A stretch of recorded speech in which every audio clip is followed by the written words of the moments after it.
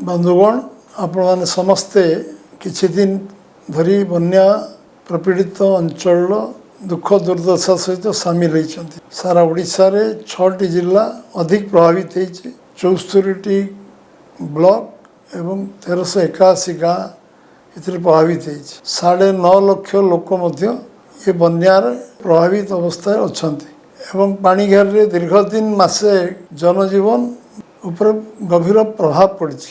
गाई गोरु माने घर बाहरी पार ना, पाणीघर लोक मैंने बाहरी पार ना, रास्ता घाट व्यापक क्षयक्षति होती। मंत्री एवं ऑफिसर माने बन्या कार्य रिलीफ कार्य निजक सामिल करचंती एवं दिन राति परिश्रम करुचंती। लोकंकर विभिन्न प्रकार क्षयक्षतिर आकलन मध्य करा जाउची।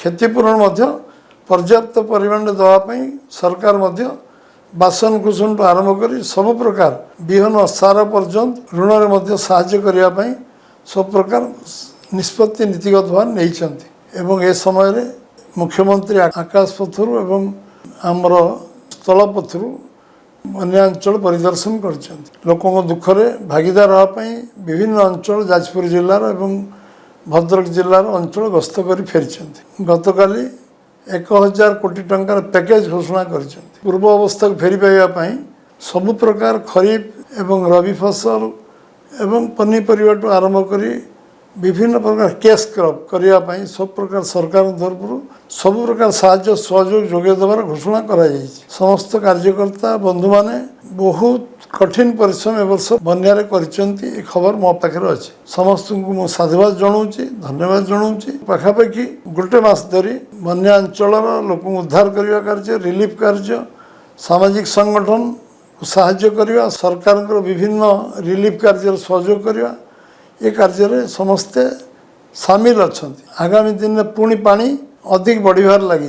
बन्या पर बन्या आसुच्ची 3 थर बन्या आसलाणी, 4 थर बन्या आसलाणी, 5 थर बन्या आसलाणी। पुणी पानी बढ़ी चलती एवं दुर्दशा बढ़ी चलती। ए समय आहरी धैर्यर सहित आम कार्यकर्ता को अनुरोध करुच्ची से बन्यांचल लोक मान सहित सामिल हूँ, काम करूँ एवं साहाय्य सहयोग करूँ। आम जो प्रशासनिक व्यवस्था अच्छी रिलीफ काम चलती, सरकार प्रशासन सहित सहयोग करूँ एवं रिलीफ कार्य आमे समस्त को ए संपृक्त करवा। ये कार्य महत् कार्य, पुण्य कार्य। लोक दुख दुर्दशा जो अच्छा साहाय्य करवा हूँ आमर परम कर्तव्य। आमर अगणित कार्यकर्ता जो माने बन्या समय साहाय्य करेंगे जगन्नाथ शक्ति दियंतु। जदि आपनकु आम भिडियोटी भल लगिला तेबे आम चैनल को लाइक, शेयर, सब्सक्राइब करने को जमा भी भूलंतु नहीं।